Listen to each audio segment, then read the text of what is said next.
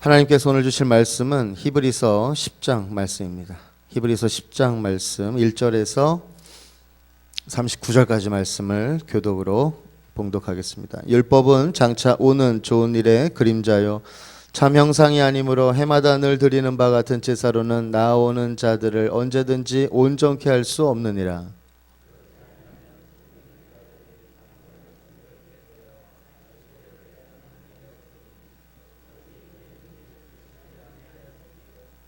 그러나 이 제사들은 해마다 죄를 생각하게 하는 것이 있나니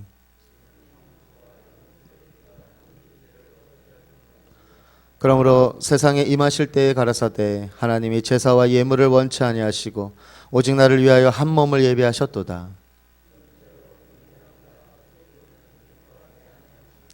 이에 내가 말하기를 하나님이여 보시옵소서 두루마리 책에 나를 가리켜 기록한 것과 같이 하나님의 뜻을 행하러 왔나이다 하시니라.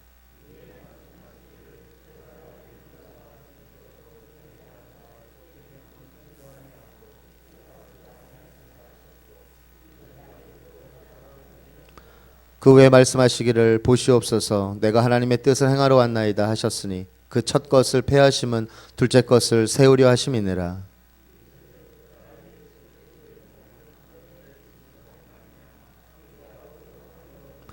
제사장마다 매일 서서 섬기며 자주 같은 제사를 드리되 이 제사는 언제든지 죄를 없게 하지 못하거니와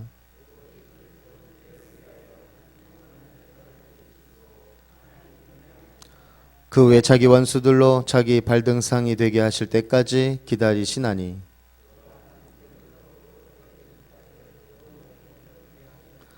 또한 성령이 우리에게 증거하시되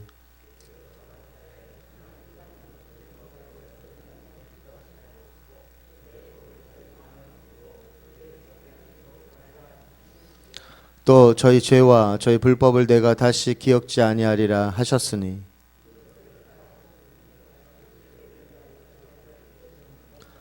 그러므로 형제들아 우리가 예수의 피를 힘입어 성소에 들어갈 담력을 얻었나니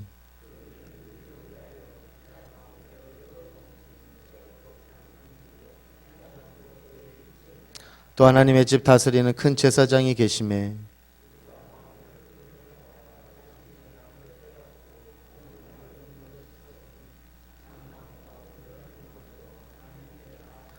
또 약속하신 이는 미쁘시니 우리가 믿는 도리의 소망을 움직이지 말고 굳게 잡아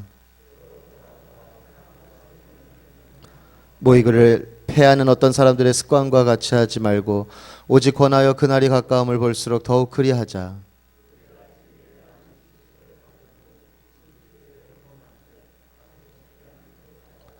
오직 무서운 마음으로 심판을 기다리는 것과 대적하는 자를 소멸할 맹렬한 불만이 있으리라.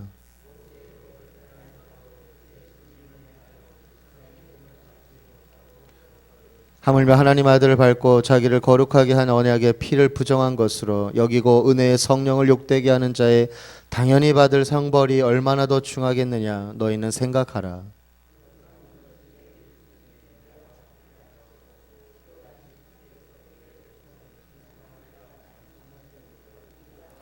살아계신 하나님의 손에 빠져 들어가는 것이 무서울진저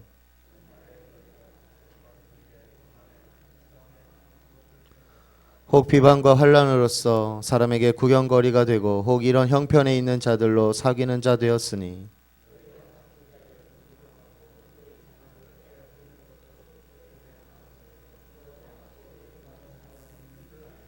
그러므로 너희 담대함을 버리지 말라. 이것이 큰 상을 얻느니라.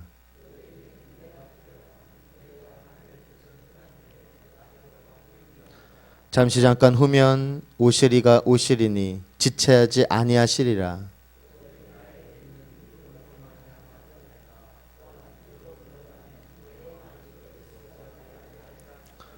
함께 읽겠습니다. 우리는 뒤로 물러가 침륜에 빠질 자가 아니요 오직 영혼을 구원함에 이르는 믿음을 가진 자니라. 아멘. 오늘도 새날을 허락해 주신 하나님께 감사와 영광을 올려드립니다. 히브리서 저자는 계속하여서 인간 제사장이 드리는 제물과 예수님께서 바치신 완전한 제물을 비교하여서 설명하고 있습니다. 율법은 1절에 장차 오는 좋은 일의 그림자일 뿐이다. 즉 완전한 계시가 아니라는 것이죠. 그렇기 때문에 율법 규정에 따라 드리는 제사도 완전하지 않다. 만일 그 제사가 완전하다면 해마다 드릴 이유가 없다.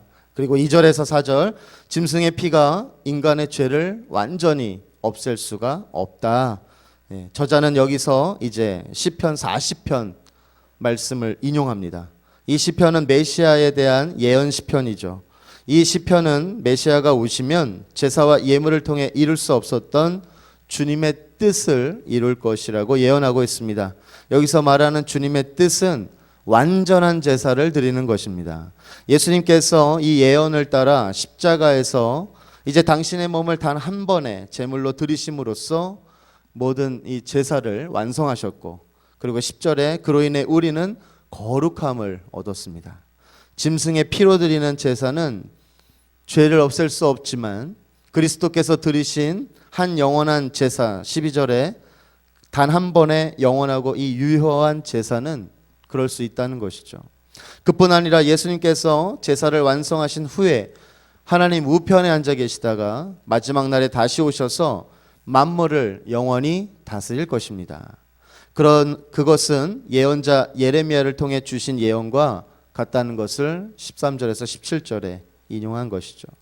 이로써 예수를 믿는 이들에게는 더 이상 제사를 드릴 필요가 없다는 논증이 끝납니다.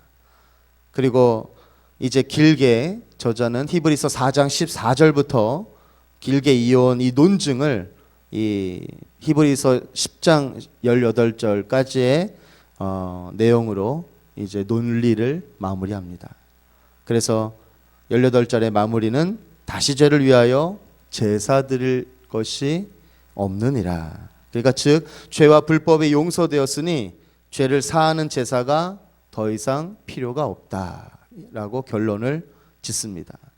히브리서의 이제 독자들은 예수 그리스도를 통해 받은 죄 용서의 효력을 충분히 신뢰하지 못하고 다시금 이제 성전 제사를 드리려는 유혹에 흔들렸기 때문에 이렇게 히브리서 4장부터 10장까지의 이 논리를 통하여서 아주 잘 히브리서 저자는 이렇게 이 흔들리는 사람들에게 권면을 하는 것이죠.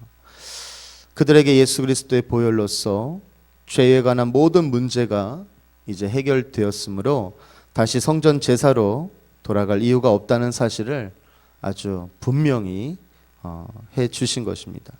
그리고 이제 19절부터는 권면이 이어져요.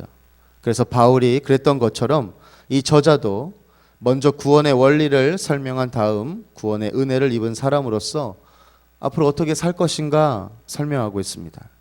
먼저 예수 그리스도의 은혜로 말미암아 19절에 성소에 들어갈 담력을 얻었나니, 여기서 성소는 담대하게 지성소에 들어가는 것이죠. 지성소. 그래서 예수님의 그 육체를 찢어 하나님의 성소에 이르는 길을 여섰으니까 21절에 하나님의 집을 다스리시는 위대한 제사장이 되셨죠. 그 믿음에 기초하여서 22절에 우리는 확고한 믿음을 가지고 참된 마음으로 하나님께 나아갑시다, 이렇게 권면하고 있습니다. 그분의 약속을 믿고 더 이상 흔들리지 말고 우리가 고백하는 그 소망을 굳게 지킵시다, 계속해서 13절에 권면합니다. 그리고 믿음과 소망을 따라 서로 사랑하기를 힘쓰며 모이기를 힘씁시다. 이게 24절에서 25절 말씀입니다. 저자는 이어서 믿음을 배반한 사람의 이제 구원 문제까지 다룹니다. 26절에 진리에 대한 지식을 얻은 뒤에 이 말은 복음을 받아들인 후를 말합니다. 그리고 짐짓 죄를 짓고 있으면 의도적으로 또 계속적으로 죄를 짓는 것을 뜻합니다. 실수로 어쩌다 죄를 지으면 용서받을 수 있죠. 하지만 그것이 분명히 죄를 짓기 전에도 죄인 줄 알면서도 지속적으로 그 죄를 짓고 있다면 믿음을 배반한 것입니다. 그 사람에 대해 속죄의 제사가 더 이상 남아있지 않다. 한 번 구원을 받았다고 해도 이룰 수 있다는 뜻입니다. 26절의 말씀이고 27절에 그에게 남아있는 것은 이제 무서운 심판. 모세를 통해 불완전한 율법을 위반해도 징벌이 있었다면, 예수 그리스도의 완전한 계시를 버렸다면 그 징벌이 더욱 클 것이라는 권면이 28절에서 31절의 말씀입니다. 그러므로 믿는 이들은 어떤 조건과 상황에서도 그 믿음을 떠나지 않도록 힘써야 하겠습니다. 저자는 이 점에서 독자들을 또 칭찬합니다. 복음을 위하여 스스로 박해를 받기도 했고 박해받는 사람들의 친구가 되어주기도 했고 칭찬하죠. 33절까지. 그리고 믿음 때문에 감옥에 갇힌 이들과 함께 고통을 감당했고 믿음 때문에 자신의 소유를 빼앗기는 상황에서도 34절에 더 좋고 더 영구한 재산이 있다는 것, 그 상황을 이 믿음으로 견뎠습니다. 저자는 35절에 그러므로 여러분의 확신을 버리지 말라고 권면합니다. 그 인내에는 분명한 보상이 있다고 36, 37, 38절에 그리고 39절에 뒤로 물러나 멸망할 사람이 되지 말고 즉 믿음을 가져 생명을 얻을 사람이 되어야 한다는 것이죠. 이러면서 권면을 마칩니다. 중요한 것은 믿기만 하면 어떠한 죄도 용서받을 수 있다는 이 생각이 아니라 믿기만 하면 어떤 죄를 지어도 상관없다. 그러니까 이런 생각을 가지면 안 된다는 것이죠. 불행하게도 많은 사람들이 복음의 진리를 왜곡하여서 자신의 죄에 대한 변명으로 삼습니다. 즉 믿기만 하면 어떤 죄도 용서받을 수 있다. 이 말을 내 생각대로 하면 믿기만 하면 어떤 죄를 지어도 상관이 없다. 그 뜻이 완전 다릅니다. 우리는 회개하고 거듭난 다음에도 죄의 유혹이 끝이 아니라 계속해서 유혹을 받을 수 있다는 것을 명심하고 또한 그 죄의 유혹을 내가 예수님을 잘 믿고 예배드린다고 해서 안 넘어간다는 것 아닙니다. 넘어갈 수 있다는 것이죠. 하지만 중요한 것은 그럴 때마다 다시 일어나 예수 그리스도의 보혈로 씻김을 받을 수는 있습니다. 하지만 분명히 그 죄에 대해서 심각성이 있고 아주 하나님이 기뻐하지 않는데도 불구하고 이 행동과 많은 죄악들을 알면서도 거듭 그 죄를 범하고 있다면 믿음을 배반했다라는 뜻으로 여겨서 예수 그리스도를 믿는다는 사람이 분명히 그것이 죄인 줄을 알면서도 계속해서 거듭 그 죄를 짓는 행위에 대해서는 29절에 하나님의 아들을 짓밟고 자기를 거룩하게 해준 언약의 피를 대수롭지 않게 여기고 은혜의 성령을 모욕하는 것이라고 말하고 있습니다. 담임 목사님께서 설교하는 가운데 많이 강조한 부분이 이 부분인 것 같아요. 제가 울산감리교회에서 섬기면서 한 번의 실수는 용서해도 반복되는 것은 용서할 수 없다라는 어떤 이런 부분. 그러니까 하나님과의 우리의 관계. 그리고 이것이 이제 부모와 자녀의 관계로 간다면 교육도 마찬가지죠. 한 번, 두 번이 아니라 똑같은 죄악을 반복을 한다는 것은 부모로서 꼭 두 번째 들어갈 때는 엄히 다스렸을 때 그것이 죄임을 또 알고 다시는 똑같은 일을 안 했을 때 우리가 누릴 수 있는 것은 은혜와 평강이죠. 근데 계속해서 그것을 반복하고 있다면 신뢰가 무너지는 것입니다.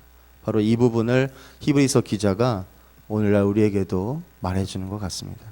예수 그리스도께서 우리를 위해 치르신 희생의 값을 제대로 안다면 우리는 죄를 사소하게 여길 수 없고 죄 짓는 것을 하찮게 생각할 수는 없을 것입니다. 그렇기에 우리를 구원할 만한 믿음은 우리를 거룩하게 변화시켜 주는 능력이 있습니다. 이 새벽 나의 믿음을 돌아보시고 나의 믿음은 나를 얼마나 거룩하게 변화시키고 있는지 다시 한번 자문해 보시고 오늘 하루도 거룩을 향해 한 걸음 더 나아가시는 저와 여러분이 다 되기를 주님의 이름으로 축원을 드립니다.